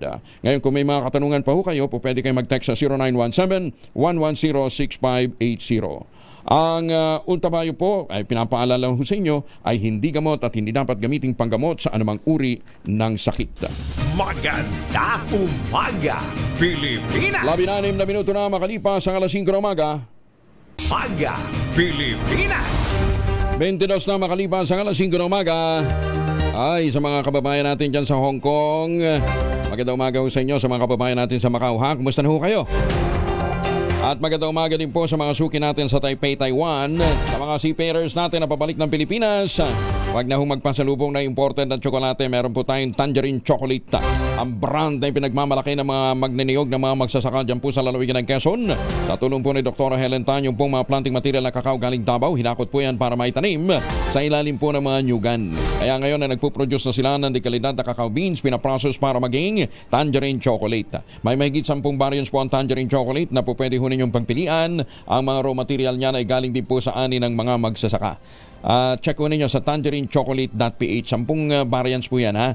Dili kaya kung may mga orders po kayo, check po ninyo sa 0919-095-5935. Sabi ho ni Dr. Helen Tan, talagang may pagmamalaki mo ang Tangerine Chocolate dahil bagamat ito'y gawang lokal, taste and looks global dahil tinulungan ng DTI at ng DOST. Tangerine Chocolate, 100% gawang atin kaya dapat nating tangkalikin. Sabi nga ni Dr. Helen Tan, sino bang magmamalasakit sa Pilipino kundi ang kapwa Pilipino? Kandidatong konsehal sa Abra Binaril patay na naman. Detalye na balita mula kay Romy Gonzalez sa RH41 na imbag na bigat. Romy. Ay, naputol si Romy. Babalikan natin si Romy Gonzalez dyan po sa Baguio. Bumagsak naman sa 6 na piso kada kilo ang farm gate price ng kamatis. Dahil dito nananawagan ang grupo ng mga magsasaka sa Department of Agriculture na magpatupad na ng floor price. Ayon kay Jason Kainglet, Executive Secretary ng Samahang Industriya ng Agrikultura SINAG, mahalagang magdakdanan ng floor price para maiwasan ang pagkalugi ng mga magsasaka na umaaray na dahil sa bagsak presyo na naman. Partikular na rito ang mga magsasaka ng Pangasinan, Nueva Ecija at Nueva Vizcaya. Sinisisi naman itong pagbagsak ng presyo sa peak harvest season na mula niya 12 pesos kada kilo bumulusok ng 6 na piso. Pero ibinebenta pa rin naman sa halagang 25 hanggang 60 pesos per kilo sa mga pamilihan sa Metro Manila. Yung iba nga mas mataas pa eh. Bunso dito binungkahin ni Kainglet sa DA, magtayo ng mas maraming storage facility para matugunan ang oversupply at isilalim sa pagsasanay ang mga magsasaka sa pagpoproseso ng kamatis. Mungkahi rin ito sa pamahalaan, direktang bumili sa mga magsasaka at ibenta sa mga kadiwa center. Balikan muna natin si Romy Gonzalez. RH41, kaugnay po ng kandidatong konsehal na binaril at patay niyan po sa Abra. Romy. Wala pang may turong suspect na maril at nakapatay sa isang kumakandidatong Sangguniang Bayan member. Ganap na alas 5:10 kahapon sa may barangay Dintan, Pilar, Abra. Nagtungo sa pinangyarihan ng insidente ang mga kagawad ng Pilar Municipal Police Station at nadatnad nila itong biktima na nakilalang si Melchor Gatmen na residente ng barangay Pangkutra, Pilar, Abra na kumakandidatong Sangguniang Bayan sa ilalim ng Team Asenso na nakadapa at may tama ng bala sa kanyang dibdib at paa. Batay sa initial na report, ay nakasakay umano ang suspect sa isang Honda Click Red na walang plate number at nagtungo sa direksyon ng Barangay Bulbolo, Pilar, Abra. Nabatid sa inisyal na investigasyon ng pulisya na ang biktima habang binamaneho nito pauwi sa Barangay Poblacion, Pilar, na ang isang motorsiklo, isang HRM na puti at may nakakasito na si Maribek Dato na hindi naman nasugatan. At pauwi na bigla silang pinagbabaril o binaril ng hindi pa nakikilalang suspect. Hanggang sa ngayon ay patuloy ginagawang investigasyon ng Pilar Municipal Police Station para makilala ang suspect sa pagpatay sa isang Sangguniang Bayan member sa lalawigan ng Abra. Ito si RH41, Romy Gonzalez, para sa DZRH. Una sa Pilipinas, una sa Pilipino. Mga pang-ilan na yan, Romy, sa mga nadidisgrasya? Ay nako, sa ngayon, oo. Yung di ba may nauna pa? May nauna, oh. Oo. Pero alam mo ba, kahapon din, Angel, may isang dating barangay captain na binaril din dyan sa may banggit kahapon. Yung dating councilor ay barangay captain si Ruben Gadil Balubar, 54 years old. Barangay captain ito ng Lubong Banggit, Abra. Binaril ito na hindi pa nakikita ng suspect na si Brix Walter Miller at ganap na alas 6:30 naman ito kagabi. Yung isa 5:10, 6:30 naman itong alas 6 kagabi ay kagabi binaril din isang dating barangay captain. So dalawang magkasunod na insidente ng pamamaril kahapon dyan sa may area ng Abra. Yung isa sa Pilar, yung isa naman sa Banggit Abra. So parang hindi natin alam. Nung isang araw, yun nga, hinagisa naman ng Granada yung nakapark na sakyan ni Vice Governor Joy Bernos. At ngayon, tuloy-tuloy ang ginagawang investigasyon ng Abra PNP sa mga hindi natin mawari kung ito nga ay politically motivated, pero just the same, kung titignan natin, may bahid politika ito sapagkat ito yung nababaril kahapon ay isang kandidato ng Asenso group nila Joy Bernas ito, Kuya Angel. Sige, update mo kami ha. Thank you, Romy. Maraming salamat. Na-update sa lalawigan ng Abra, ito si RH41 Romy Gonzalez para sa DZRH, una sa Pilipinas. Una sa Pilipino. Maraming salamat, Romy. John Stegina. Maganda umaga, Pilipinas. Si Direktor Teresito Toto Bacolcol, kasama naman natin. Dr. Toto, magandang umaga po sa inyo. Yes, sir. Good morning po sa inyo. Opo. Kumusta si Canlaon? Nagpapakitang gilas na naman daw. Well, kahapon meron tayong almost 1 hour na pag-above from 3:26 to 4:24 p.m. Wow. Pero hindi naman masyadong mataas, 150 meters lamang, and wala naman po na i-report sa atin na dumating yung or kinabutan yung mga communities nila ng abo. So most likely since 150 meters ay nasa dalisdis lamang ng vulkan. Yung abo. Okay. Pero hindi pa rin nagbabago yung alert level niya, yung pa rin? Hindi pa rin natin nababago yung alert level, hindi pa rin natin pwedeng ibaba kasi patuloy pa rin yung nakita nating pamamaga sa dalisdis ng vulkan. And kahapon, meron din tayong 21 volcanic earthquakes na naitala, and yung sulfur dioxide kahapon nasa 2,447 tons per day. So again, nasa alert level 3 pa rin yung Canlaon volcano. Ayan. Yung okay na yung natin? Ano status na ng modernization po ninyo? Yung bill? Yung modernization na-review na po ng House of Representatives, and it will be pinadala sa Senate noong March 10. Once ma-align na po yung House of Representatives version and yung Senate version, i-enroll na po sa Office of the President. Okay, sige. Hintayin natin dahil magandang malaking bagay ito para matulungan yung pong ahensya, ang PBOX, pangkalahatan, modernization, hindi lamang na magamit, kundi yun din po masiguro natin na napapangalagaan ang kapakanan ng ating pong mga scientists dyan, ang ating pong mga staff. Thank you, Dr. Toto. Sir, magyayaya lang po sana kasi National Simultaneous Earthquake. Ay, oo nga pala. Ngayong araw na ito. Yes, for first quarter. Sana po yung mga kababayan natin ay lumahok po, and seryosohin po natin kasi again, when we participate in earthquake drills, it builds muscle memory and nagiging natural response natin kapag nagkaroon ng pagdindog. Anong oras ho ito? Hapon, 1:30 mag-start. Yung pressing of the button siguro mga 2:00 na. Mga 2:00. And saan yung mga sites natin? Well, all over the Philippines naman yan. Pero ang major would be sa Santa Rosa, Laguna. Okay. Ang take off natin, ang focus natin, yung pressing sa yung Santa Rosa. Valley Fault po yung, yes, that's right. Yung pressing of the button would be in Santa Rosa. Ayun, okay. Anyway, Director Toto, ako nga, sabi ko nga sa inyo, sa tweet na, talagang pinupush ko rin. Gawin na natin yung mandatory yung pagkakaroon ng whistle. Di ba? Sa bulsa ng bawat Pilipino o lanyard ng bawat Pilipino, dahil ito isa sa pinakamainam na tool for them to develop a mindset of preparedness. Hindi lamang po sa lindol, kundi sa iba pang uri ng mga sakuna.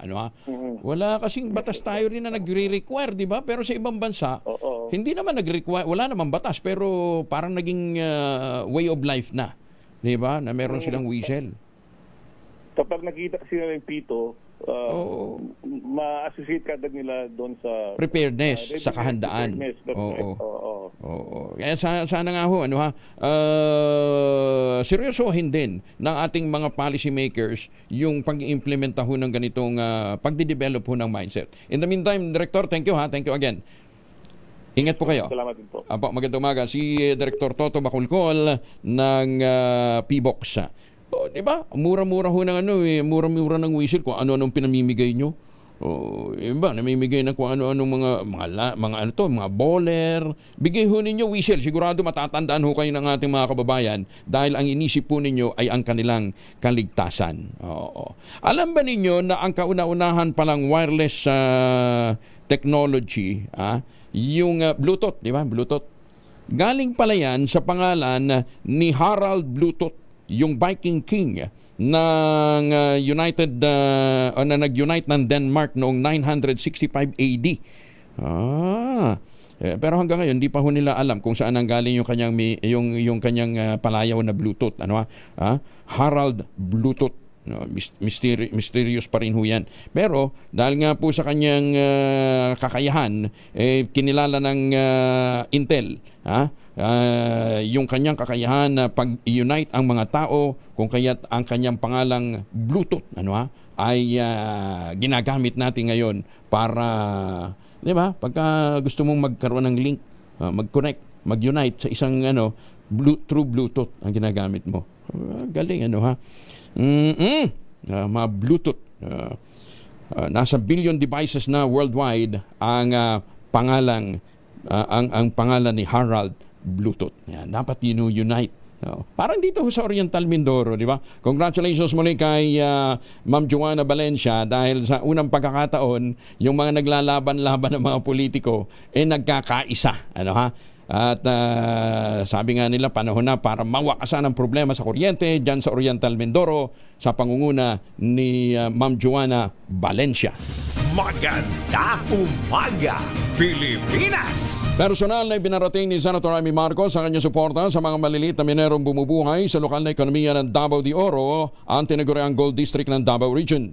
Idiniin ni Senator Amy ang pangangailangan ng karagdagang suporta para sa small-scale miners na matagal nang nagsisilbing gulugod ng Davao de Oro. Hindi niya matatawaran ang ambag na maliliit na mga minero sa ekonomiya ng rehiyon, kaya't panahon na para masigurong may malinang na direksyon at proteksyon ang kanilang hanap buhay.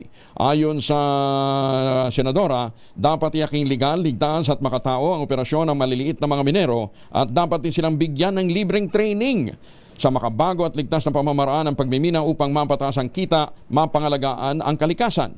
Nais din ni Senator Amy na mabigyan ito ng libreng legal na mga assistance para sa mga isyong may kaugnayan sa kanilang operasyon, regular na medical mission sa mga komunidad ng mga minero.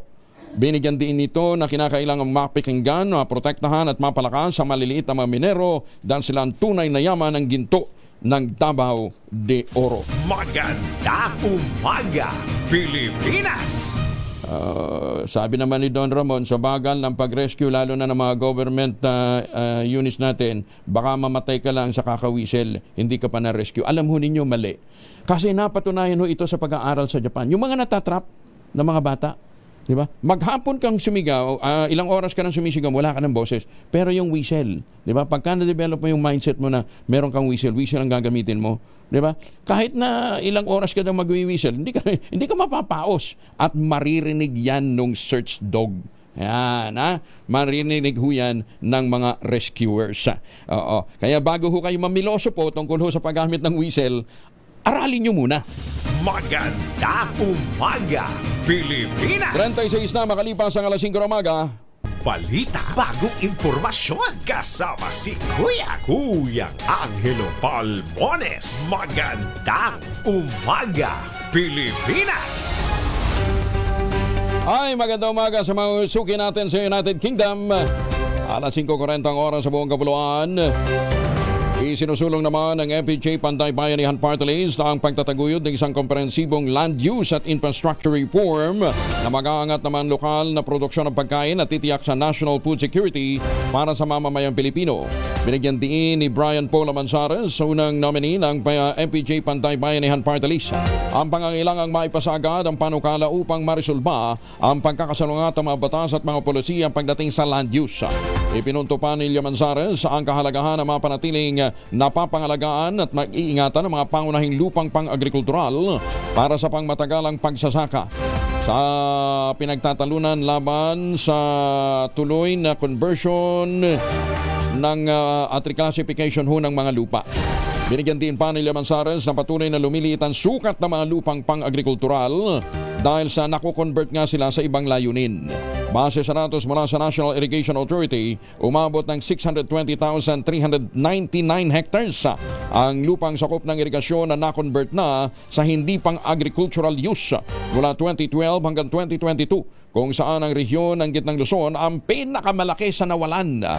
Ipinapakita rin sa isang pag-aaral ng Universidad ng Santo Tomas ang negatibong epekto ng pagbabagong gamit ng lupang agrikultural para sa kapaligiran, kabilang dito ang pagtaas ng panganib ng pagguho ng lupa, polusyon, pagbabago ng klima, at sa huli ay nakakaapekto sa kabuhayan ng mga magsasakang Pilipino. Ayon kay Lamanzares, layunin ng MPJ Pantay-Bayanihan Party List na magsulong ng malawakang pagsusuri sa Coco Levy Fund upang matiyak din na malinaw ang pamamahala at patas sa pamamahagi ng benepisyo sa mga magniniyog. Mahalaga ito para sa pangmatagalang pag-unlad sa industriya ng nyugan. Home loans naman para sa mga manggagawa, itutulak ng Trabaho Party List. Detalye ng balita mula kay Edniel Parosa, RH52. Edniel, good morning. Bukod sa panawagang itaas ang minimum wage at pagkakaroon ng non-wage benefits, sinusulong din ng Trabaho Party List ang abot kayang home loan sa mga manggagawa. Ayon kay Attorney Michelle David Espiritu, tagapagsalita ng grupo, layo nilang mas mapalapit sa mamamayan ang pautang para sa mga pabahay. Ginawa ni Espiritu ang pahayag sa gitna ng tumataas na halaga ng mga ari-arian, kung saan 31% ang itinaas na housing costs kumpara noong 2020. Saklaw umano na ang mataas na presyo ng mga tirahan ngayon ay ang mga condominium, housing units, maging rent-to-own scheme sa Pilipinas. Para sa Trabaho Party List, may sasakatuparan ito sa paraan ng pakikipag-ugnayan sa government at financial institutions. Nakipag-ugnayan kami sa Pag-ibig, sa mga bangko, financial institutions para mas maging accessible ang mga home loans coupled with the government housing initiatives, no? Itong government housing initiative plus yung pagtulong ng mga bangko or ng mga employer ay makapagbigay daan sa ating mga mamayan para magkaroon ng sariling pabahay. Ito sa Edniel Parosa, nag-uulat para sa DZRH. Una sa Pilipinas, una sa Pilipino. Magandang umaga, Pilipinas!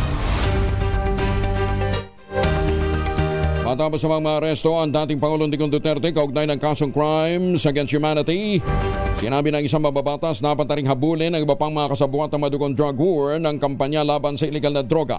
Binigyan diin ni Bataan Representative Geraldine Roman, chairperson ng House Committee on Women, Gender Equality. Hindi lamang ang dating Pangulo ang nasa likod ng madugong gera kontra illegal drugs.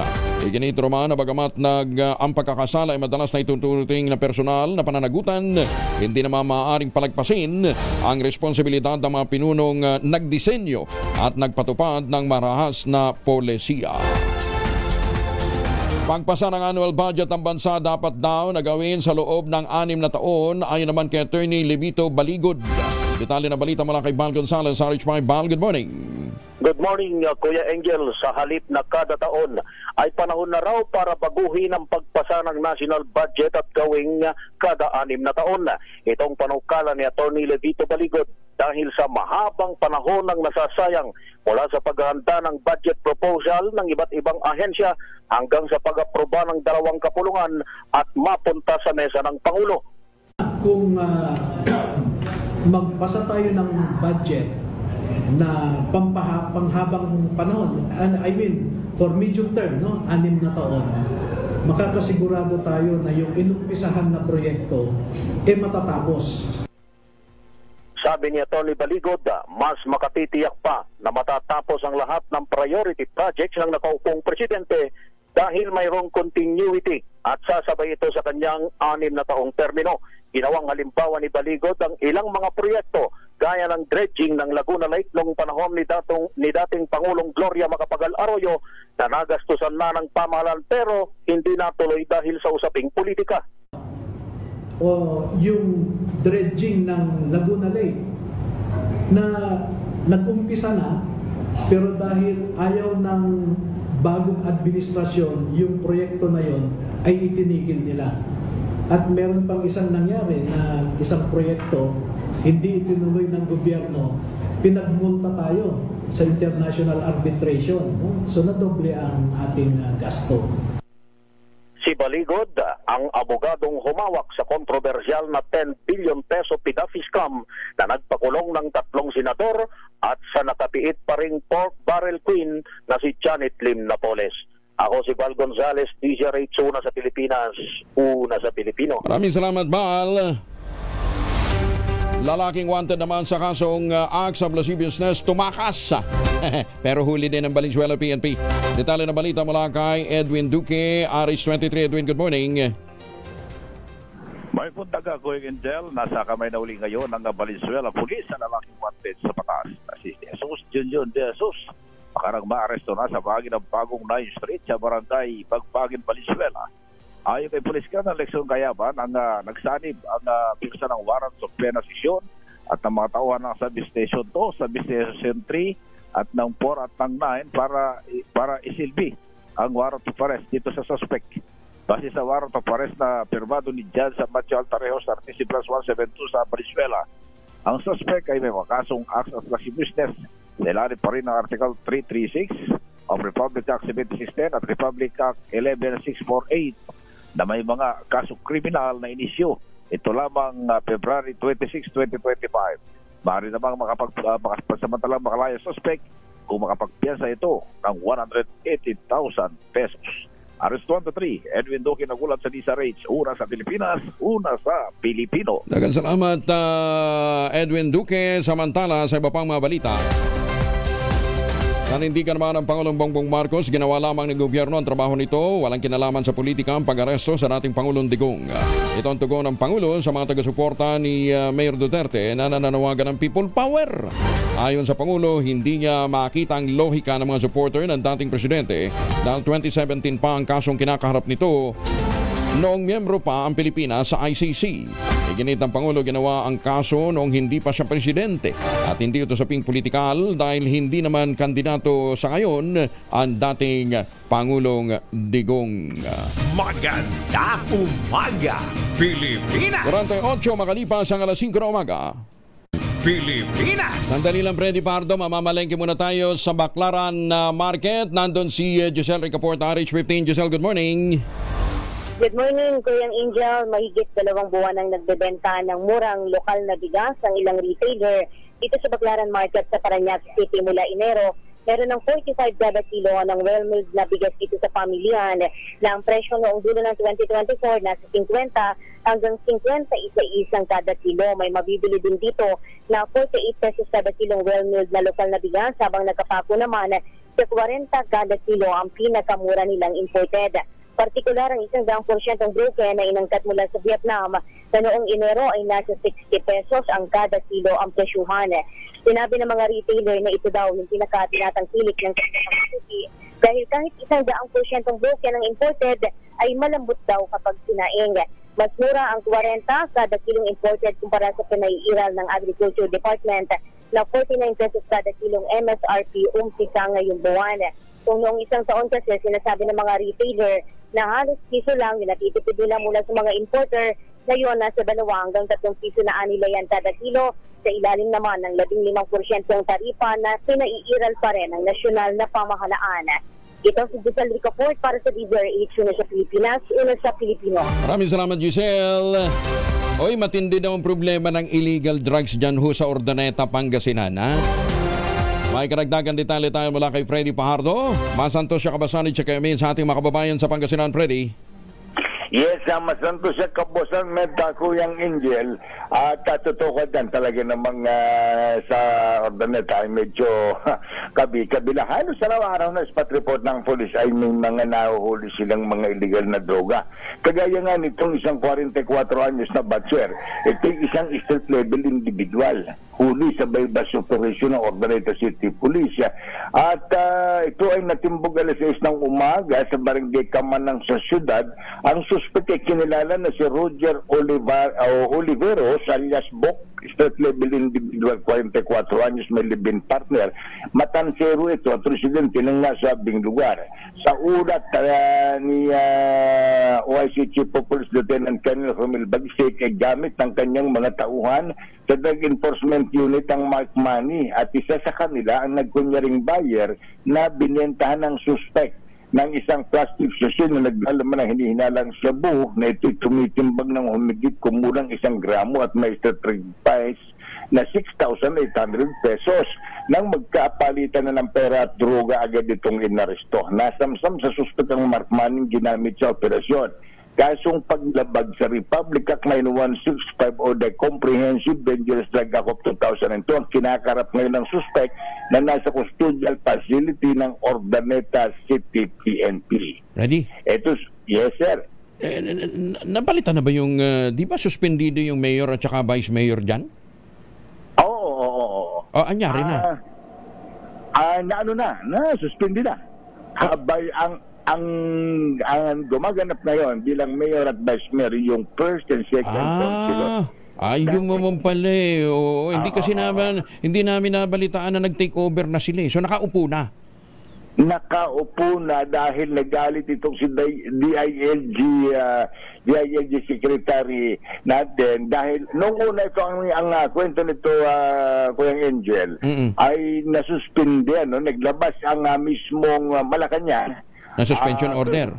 Oo, sa dalawa. And then nung inilabas yan ay ang sinasabi nitong dalawa, naka-leave sila ng nakabakasyon. Oo. Naka-sick leave yata, sick leave. Now, hindi nila natanggap yung suspension order na yon na 1 year. Pagkatapos, noong bumalik at pag-receive ceremony Monday, sinasabi ni Mayor Paraino na gano'n nga, siya ay nakasick leave, hindi niya natanggap na kung mayroon namang DILG na magdadala, magsusab dito ng gano'n, tatanggapin naman niya, Monday yun. Tuesday, may dumating, hindi nakapasok. Kaya nagalit sa sekretary. So ngayon, yung first councilor na, ang nakaupong mayor. Okay. Yes, sir. Ngayon, ang isa pang Kuyang Angel ito, ang ina-argue nila, kung may pasok na, January 12 na ba yun? Kung may the following day, so hindi na raw, argument ng kanilang abogado, hindi na pwedeng masuspinde dahil kinakailangan dumaan sa COMELEC at nakahingi sila ng certification sa COMELEC. Doon na, nagalit si DILG Secretary at siya mismo ang pumunta rito at ayun naman. Within 10 days, binigyan ng warning, kung hindi ay may So, nasunod naman. Nasunod na. Okay. Magpinsan yan. Ayan. Wala naman palang dynasty dyan. Yung magpinsan lang naman yung nakaupong mayor at saka vice mayor. Ikaw naman. Yes. Sige.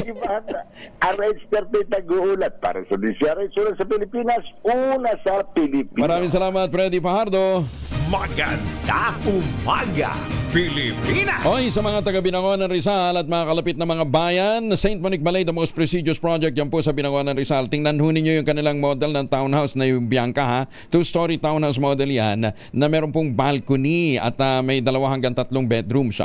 Yan po yung pwede nyo ma-avail through Pag-ibig Financing at less than 20,000 pesos a month, 30 years to pay. Tawag po kayo sa 0917-719-7908 para sa karagdagan detalye. Ang tawag nga daw nila dyan ng St. Monique Balay ay luxurious living with affordable housing. Okay. Yung pagkagising ko, gusto mo sasalubong sa iyo malamig na simoy ng hangin at magandang tanawin, yan ang unlock sa inyo ng St. Monique Balay, the most prestigious project sa Binangonan, Rizal. Magandang umaga, Pilipinas! Menos 2 bago mag-iisa sa umaga. Umaga, Pilipinas! Ay paano po? Paalam na muna tayo. Magtanim ng kawayan para sa kalikasan at kabuhayan. At paalala nga po ng P-Box, mamaya pong 1:00 ng hapon hanggang 3:00, yung pong ating national o nationwide earthquake drill. Para lagi tayo napapaalalahanan na dapat maghanda tayo sa anumang pagdating ng kalamidad. Maging mindset natin yan, ha? Ang ating quote of the day ngayong araw na ito ay hango po sa iniwang aral ni Anatole France. Ang sabi niya, stupidity is far more dangerous than evil. For evil takes a break. From time to time, stupidity does not. ACS Balita at 2x2, susunod na. Bagong balita, bagong impormasyon. Kasama si Kuyang Angelo Palmones. Magandang umaga, Pilipinas! 1 minuto bago mag-ACS na umaga.